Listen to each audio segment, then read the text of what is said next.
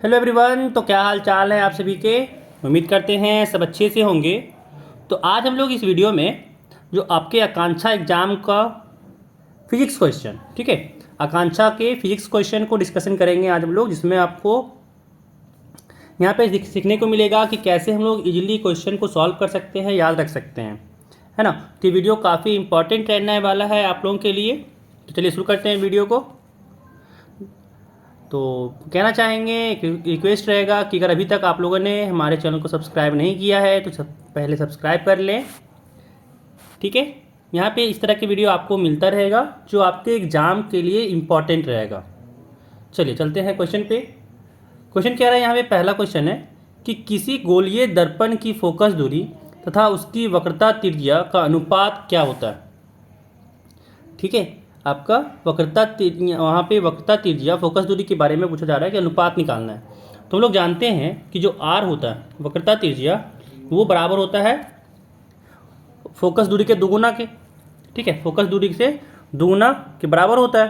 यानी निकालना हम लोग को है एफ बटा आर। तो कितना हो जाएगा, यहाँ पे देखिए आर को इधर भागा दिए तो ये 2 को इधर भागा देना होगा, यानी 1/2। तो ये अनुपात क्या आ गया, 1:2। ऑप्शन नंबर दूसरा। अगला सवाल देखिए। अगला सवाल यहाँ पे अगर देखें तो कह रहा है कि किसी वस्तु को एक अवतल दर्पण जिसकी फोकस दूरी 15 सेंटीमीटर है से 30 सेंटीमीटर दूरी पर रखा गया है, प्रतिबिंब होगा, है ना। तो प्रतिबिंब के बारे में पूछा जा रहा है। तो देखिए यहाँ पे अगर हम लोग इसको सॉल्व करके दिखे तो क्या कह रहा है। तो यहाँ पे हम लोग को दे दिया है, यहाँ पे हम लोग को दे रखा है, यहाँ पे हम लोग को दे रखा है फोकस दूरी। ठीक है, फोकस दूरी 15 है और यहाँ पे कह रहा है कि वो 30 सेंटीमीटर दूर रखा गया है। यानी यहाँ पे हम लोग को एफ दिया हुआ है। ठीक है, एफ दिया हुआ है हम लोग को, कह रहा है यहाँ पे एफ जो है वो 15 सेंटीमीटर है, लेकिन यहाँ पे अवतल दर्पण की बात हो रहा है तो यहाँ पे माइनस में लेंगे। तो एफ जो है वो -15 सेंटीमीटर है। और साथ ही साथ कह रहा है कि जो यहाँ पे यू है ना, यू जो है वो दिया हुआ है 30 सेंटीमीटर। तो ये भी लेंगे माइनस में, क्योंकि यहाँ पे हम लोग बात कर रहे हैं, यहाँ पे हम लोग बात कर रहे हैं अवतल दर्पण के बारे में। अब यहाँ पे लगाएंगे हम लोग जो आपका दर्पण का फॉर्मूला होता है ना, कि 1/f बराबर होता है 1/v प्लस 1/u। तो यहाँ पे भी निकाल लेते हैं, है ना। भी कितना दूर बनेगा वो निकाल लेते हैं, और कैसा बनेगा वो निकाल लेते हैं। तो यहाँ पे अगर देखें, यहाँ पे 1/v क्या हो जाएगा, 1/v अगर निकालें तो यहाँ पे क्या हो जाएगा, यहाँ पे अगर देखें तो हो जाएगा 1/f माइनस में 1/u। और यहाँ f की बात करें तो जाएगा 1/-15 माइनस, यहाँ पे है u जो है वो -30 है, तो यहाँ पे -30 हो गया। और यहाँ पे हो गया -1/15, माइनस माइनस हो गया प्लस 1/30। ठीक है, अब 15 और 30 का एलसीएम नहीं है तो यहाँ पे तो 30 ही हो जाएगा। और यहाँ 15 दूनी 30, यानी यहाँ हुआ -2 प्लस 30 से कम 30, यहाँ पे हो गया आपका 1, यानी यहाँ पे -2 प्लस 1 हो गया -1/30, यानी 1/v आ गया -1/30। यानी कह सकते हैं यहाँ से हम लोग कि जो आपका v आ गया वो -30 आ गया। ठीक है, यहाँ पे -30 सेंटीमीटर आ गया। इसका मतलब यहाँ पे देखिए v जो है निगेटिव में आया है ना। इसका मतलब कह सकते हैं कि इमेज क्या है, रियल है। ठीक है, रियल होगा, ठीक है ना। चलिए अगला सवाल देखिए, सॉरी मतलब इसी में अगर बात करें हम लोग कि इमेज का साइज क्या होगा। देखिए यहाँ पे हम लोग का वास्तविक आ गया, ठीक है, वास्तविक आ गया। अब यहाँ पे हम लोग बात करते हैं कि इसका आकार क्या होगा। ठीक है, चलिए देखिए, तो यहाँ पे m निकालेंगे। m का जो फॉर्मूला होता है वो होता है -v/u। अब देखिए -v आ गया -30 बटा u, यहाँ पे था u था यहाँ पे -30, तो u भी -30 हो गया। ये -30 से -30 कटा और यहाँ पे आ गया -1, मतलब m आ गया -1। तो यहाँ से कह सकते हैं जो आपका इमेज बना है ना, जो आपका इमेज बना वो सेम साइज का होगा। ठीक है, यानी यहाँ पे हम लोग क्या आ गया कि वास्तविक हुआ और जो आपका प्रतिबिंब बना वो उसका आकार भी बराबर हुआ। तो हो जाएगा ऑप्शन नंबर चौथा कि भाई वास्तविक हुआ तथा एक ही आकार का। ठीक है, वास्तविक तथा एक ही आकार का। चलिए अगला सवाल देखिए। अगला सवाल यहाँ पे कह रहा है, अगला सवाल यहाँ पे कह रहा है कि किसी उत्तल लेंस द्वारा बना हुआ प्रतिबिंब आभासी सीधा तथा प्रतिबिंब से बड़ा है तो वस्तु की स्थिति अवश्य होगी। ठीक है, यहाँ पे वस्तु की स्थिति के बारे में पूछा जा रहा है कि वो कहाँ पे है। तो इसका आंसर हो जाएगा आपका दूसरा नंबर, फोकस तथा प्रकाशिक केंद्र के बीच। ठीक है, फोकस तथा प्रकाशिक केंद्र के बीच। चलिए अगला सवाल देखिए। अगला सवाल यहाँ पे कह रहा है कि किसी अवतल लेंस द्वारा वस्तु का प्रतिबिंब सर्वदा होता है। किसी अवतल लेंस द्वारा वस्तु का प्रतिबिंब सदैव होता है। वास्तविक, आभासी तथा बड़ा, आभासी तथा छोटा, या कभी वास्तविक तथा कभी आभासी। तो जो चौथा का आंसर हो जाएगा आपका हो जाएगा यहाँ पे ऑप्शन नंबर तीसरा, आभासी तथा छोटा। आभासी तथा छोटा। चलिए अगला सवाल देखिए। अगला सवाल यहाँ पे आपसे पूछा जा रहा है, अगला सवाल में यहाँ पे पूछा जा रहा है आपसे कि एक बिंब को 10 सेंटीमीटर फोकस दूरी वाले उत्तल लेंस के सामने, ठीक है, 10 सेंटीमीटर फोकस दूरी वाले उत्तल लेंस के सामने 20 सेंटीमीटर दूरी पर रखा गया है, तो प्रतिबिंब क्या होगा। है, प्रतिबिंब का यहाँ पे पूछा जा रहा है आपसे। तो देखिए यहाँ पे अगर देखें फोकस दूरी तो वो आपका है 10 सेंटीमीटर। ठीक है, वो आपका 10 सेंटीमीटर है। और यहाँ पे दिखा जा रहा है कि जो आपका बीम का जो आपका दूरी है ना, वो यहाँ पे देखा जा रहा है कि 20 सेंटीमीटर है। तो यहाँ से क्या मिला कि जो आपका यहाँ पे आपके बीम का जो दूरी है लेंस से वो क्या है 20 सेंटीमीटर है। मतलब 2 गुने 10 इसको लिख सकते हैं, यानी वो फोकस दूरी के 2 गुना पे रखा हुआ है। फोकस दूरी के 2 गुना पे रखा हुआ है। इसी कारण से यहाँ पे जो आपका इमेज बनेगा वो बनेगा आपका वास्तविक तथा एक वही आकार का। ठीक है, यहाँ हो जाएगा option number B. Option number B वास्तविक बनेगा और साथ ही साथ उतने ही बड़ा जितना बड़ा आपका बीम है। तो 5 का हो जाएगा दूसरा नंबर। चलिए अगला सवाल देखिए। अगला सवाल देखिए, यहाँ पे कहा जा रहा है कि कभी कभी वृद्धावस्था में लोगों का, ठीक है, लोगों का क्रिस्टलीय आँख का लेंस स्पष्ट तथा धुंधला हो जाता है। इस दशा को क्या कहते हैं। इस दशा को क्या कहते हैं। मायोपिया, मोतियाबिंद, ग्लूकोमा या फिर प्रेस बायोपिया। तो इसका आंसर हो जाएगा आपका दूसरा नंबर मोतियाबिंद। 6 का हो जाएगा दूसरा नंबर मोतियाबिंद। चलिए अगला सवाल देखिए। अगला सवाल यहाँ पे कह रहा है कि मानव के 2 नेत्रों द्वारा क्षैतिज दृष्टि क्षेत्र लगभग होता है।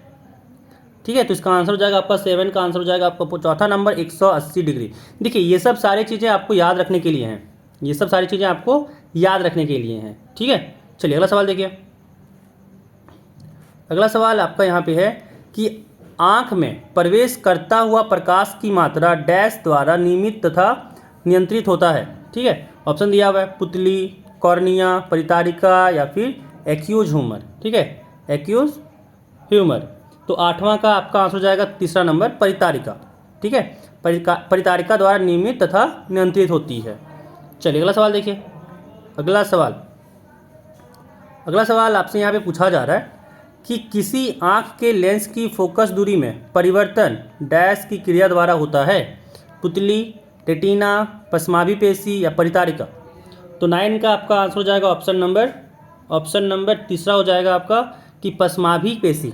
ठीक है, पश्माभी पेशी द्वारा ये क्रिया होता है। ठीक है ना। चलिए अगला सवाल देखिए। अगला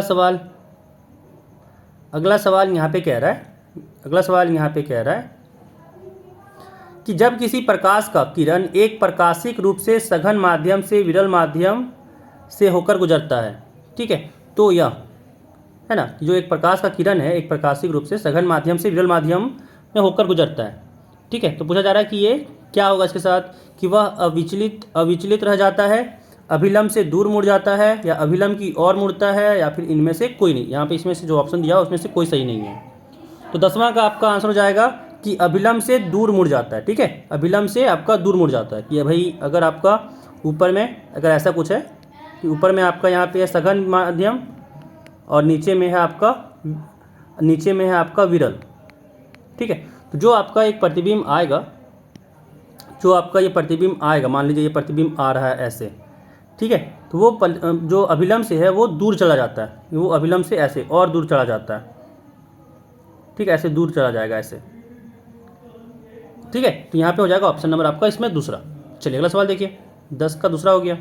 अगला सवाल, अगला सवाल यहाँ पे कह रहा है निम्न में कौन सही है, निम्न में कौन सही है कि जूल जो होता है होता है कूलम गुने वोल्ट, जूल जो होता है कूलम बाय वोल्ट होता है, जूल जो होता है वो आपका वोल्ट बाय एम्पियर होता है, या फिर जूल जो होता है वो एम्पियर बाय वोल्ट होता है।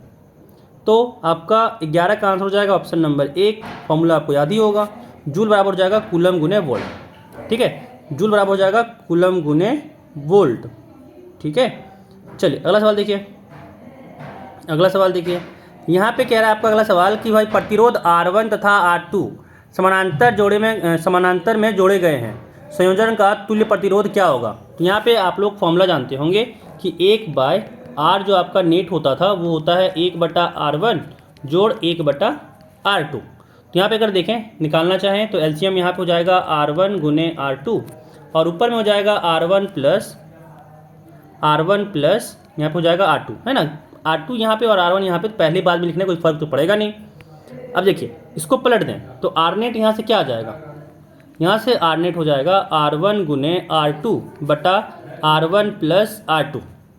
ठीक है, तो 12 का आपका आंसर हो जाएगा ऑप्शन नंबर चौथा कि R1 इंटू R2 बटा R1 प्लस R2।